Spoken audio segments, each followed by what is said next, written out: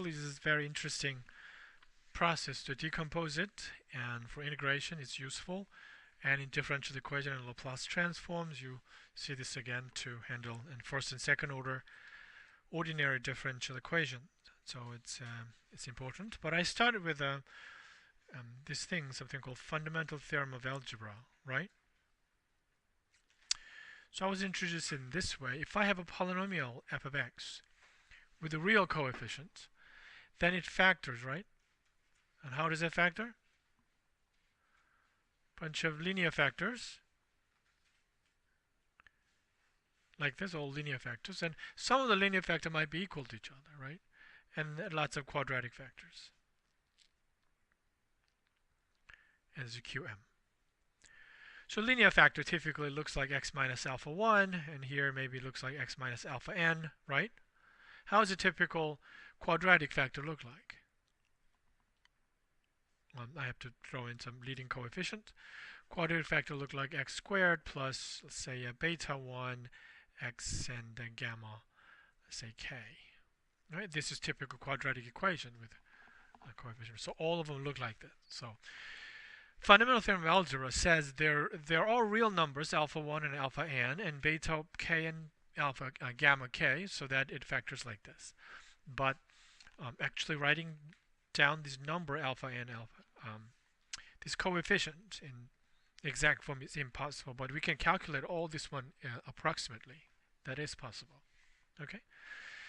So the and then I introduced a fundamental partial fraction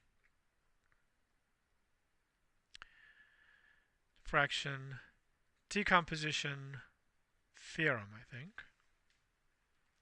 So we're looking at the situation. The numerator hx is a degree is less than the denominator, which situation is we write it as a product of two functions. Then if we have that condition, then this hx divided by f of x times g of x can be written in terms of into the following form. One polynomial up there, and f of x is the only denominator in the first term. Second one has the numerator and denominator is g of x, so it's separated. And what kind of condition do we have for R1 and R2? Anybody remember this? Right, the degree of R1 is less than degree of f, and the degree of R2 is less than degree of g. The proof of this thing, do not use any other fancy thing, but it is really clever and interesting using the long division. So if you're interested in mathematics, you want to discover this factorization, how is it decomposed yourself, and if you succeeded it, and you must be very talented. It is this amazing theorem that's behind it. But that's why we're using it. If you have this thing, it's just splits like this. It's rather easy to combine these two things, and splitting. It's easy to see that is, when you combine these two things, it becomes like that, and when you go back, it becomes a bit tricky. I think that's what this is about. Under what condition, right? Under what condition does this happen? You can be split like this into the form R1 and R2 like that. Under what condition is that possible? F of x and g of x have no blank, right? What is that? Common factor. What do we mean by common factors here? If you individually, f of x and g of x is factored into a linear and quadratic, and there's no common linear, no common quadratic. That's what we mean by that. Okay? Yes, Travis. That's one way to say it. But if it is a quadratic, and then it has to enter the complex root, right? Then you can argue if it has the same complex root, and so that's one way to look at it. But in terms of this factorization, that makes sense over the real numbers, and that's one way to look at it. So, in general, this is a new part. In general, if I have polynomial capital H of x and polynomial capital F of x, this is called rational function. Any polynomial divided by any polynomial. And then you can factor f of x, right? How do you factor? Under what theory are we factoring this capital F of x?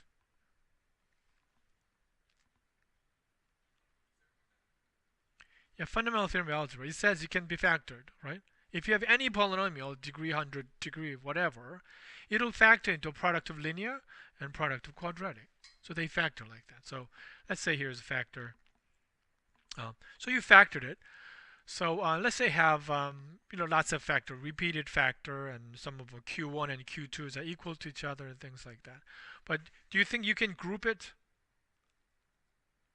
All right, u linear goes there and u quadratic go there. Or if it is all linear and just some split into two groups, if there are more than one factor, then you can group it into fx and gx, right? So they have no common factor. Right? You group it so that they have no common factor. And then it splits r1 f of x plus r2 g of x. Is that right? According to the theorem, partial fraction decomposition theorem. So again, when you split it, the key condition is that they have no common factors. Now, if you look at f of x, it has lots of factors in it. A bunch of linear factor, and g of x is still in there and still in there. So you decide to regroup it again into two pieces, right? And then split again and again and again. So do you see that? Eventually, that becomes one linear factor appeared down there. This is x minus alpha, right? And whatever that numerator is, I'm going to call this a1. So what's the condition on a1? What is the relationship between a1 and l1? What do you know about that? Degree smaller than l1, right? What is the degree of l1? Linear factor. Degree 1, right? So what's the degree of a1? Degree 0. What kind of polynomial is degree 0? Constant. So a1 is really a number. Now, you have all the way up to ln, there's n factors. Then there's an. Make sense? These are all numbers. Eventually, no matter what polynomial you have, hx7 divided by f of x, in theory, they are real numbers, a1 through an and alpha 1 through alpha n, and here it splits like this. And what is the next part? That irreducible quadratic there, right? If they're all, I was wrong, if they're all different, there's no x minus 1 and x minus 1 repeated. If they're all different, is a possible. And so, right, it's a q1 is a quadratic, so it's a degree 2. So what's the possibility up there? How does it look like? Degree 1 polynomial, right? Degree 1 less. So it looks like this. b1 x plus c1. Because q1 is a degree 2, the numerator must be 1 degree 1 less. You go all the way up to the qm.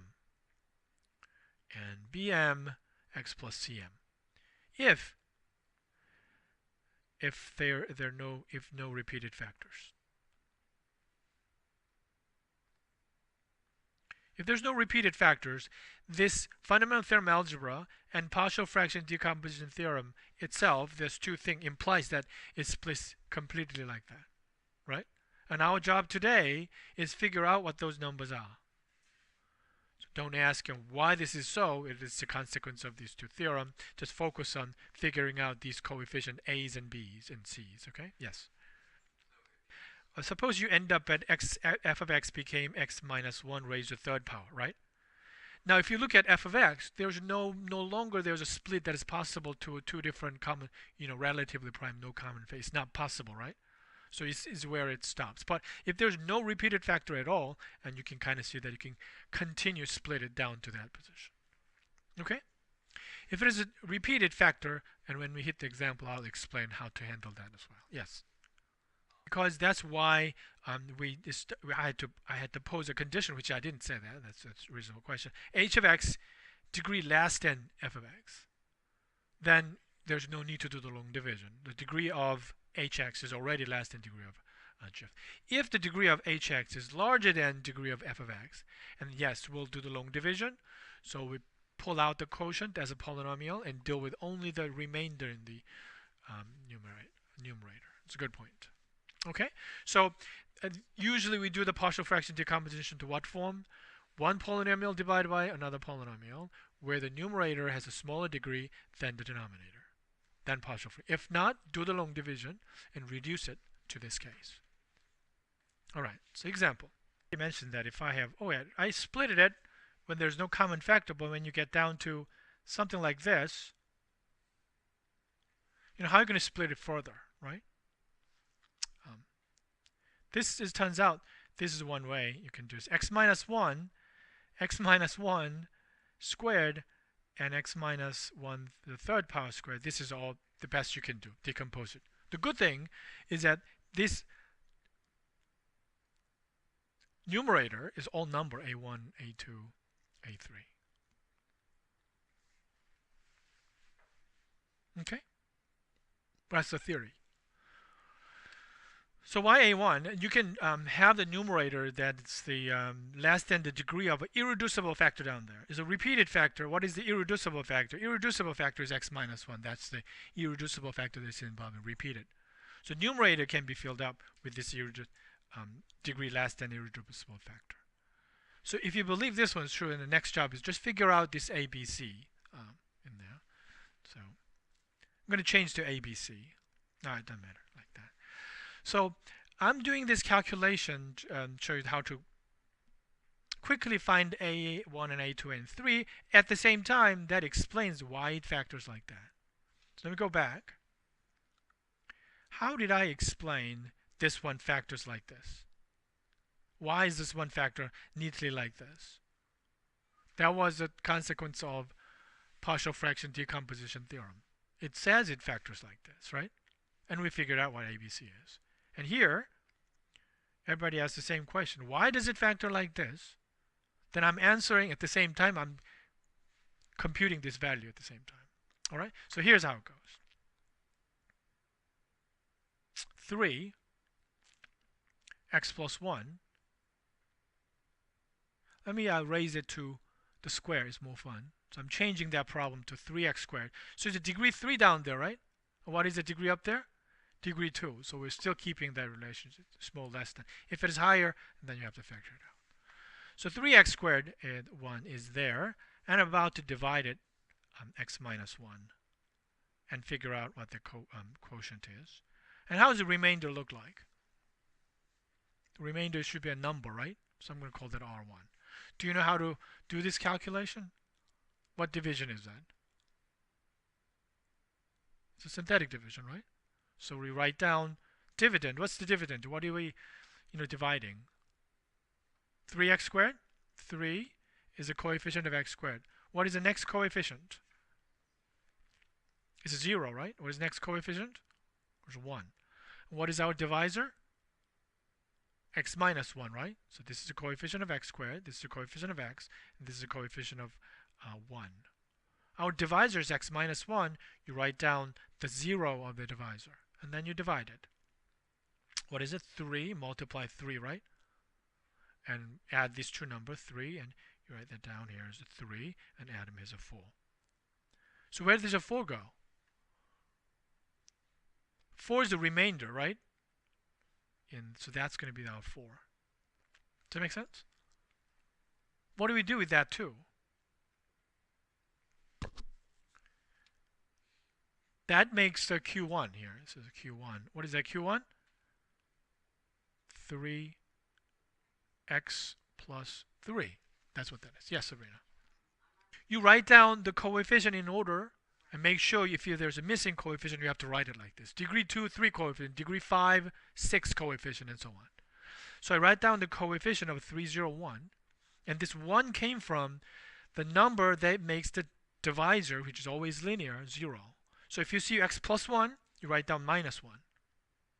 If you see x minus 1, you write down 1. First level, you copy down. Next level here, you multiply 1 and 3 and you write it here. And add this 2 and 3. And multiply 1 and 3 and write it up here. And add this again in the 4. So if it is longer, you just keep repeating. Add the vertical, multiply by divisor, go to the next row, a column, and so on. Okay? Yes?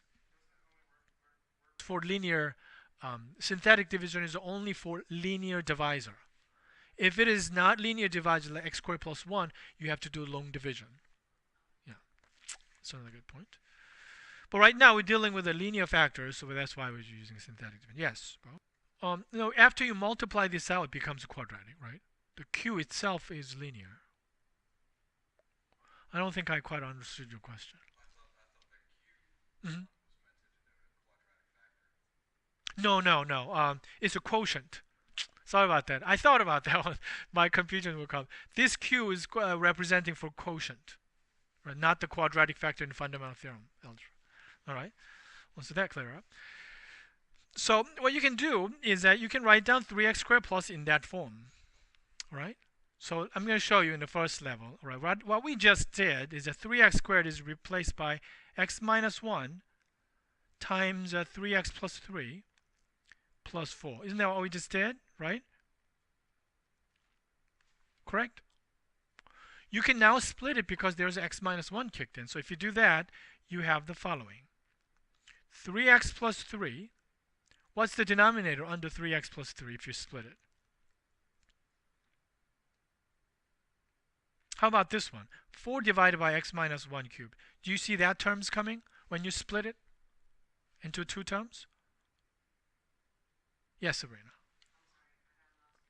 What I did here is a 3x squared plus 1 is identically equal to x minus 1 times 3x plus 3 plus 4. So that this 3x squared plus 1 can be replaced by that expression right there. Make sense? Yeah. So I replace that with this identical expression. And I'm splitting it because I'm looking at the numerator of a sum of two terms, right? I can split it like this. So the second term looks like this. How about the first term?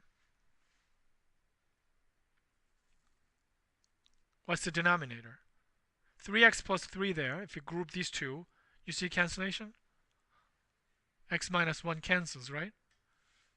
So how many copies of x minus 1 is left in the denominator? 2 copies. Factors that, right? So you see this is already quite close to that form. I got that part out. Constant divided by x minus 1/3. I matched that. So what's A3?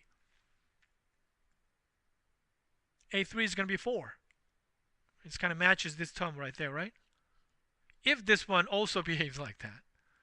But where does the 3x plus 3 come from? It was a part of our long division process here, right? And also conveniently written down in here. So if we do this process one more time to the 3x plus 3, and that's going to split it again, then it'll allow you to further split it. All right, first I divided the numerator by x minus 1, the irreducible factor. And we got this. Now, after you split it, it seems like we're same situation.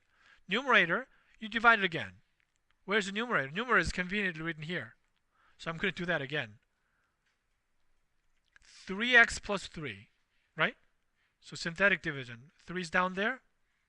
You add this 2 is a 3 and it's a 4, right? So what is a 4? So how do you write down this one? Is that what is the dividend here in the second step? This is our dividend, right? So we're dividing 3x plus 3 by which divisor? In this process here, I divide 3x plus 3 by what? X minus 1. And what is the quotient? And what is the remainder? 3 is a quotient and 4 is the remainder. That thing is a quotient and that circled one is a remainder. Yes. Remember what we did? We split it this two term again. The long division allows one polynomial split into two terms, right? Nicely. So this becomes 3 divided by x minus 1. Do you see that? And 6 divided by x minus 1 squared. And 4 divided by x minus 1 cubed. So repeatedly dividing the quotient, divide the quotient again, divide the quotient again, it'll allow you to any of that repeated linear factor down to this shape.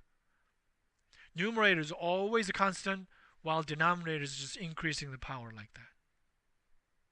And we answered it, what those numbers are. 3, 6, 4. Okay? So be careful at this stage if we have to integrate. Integral of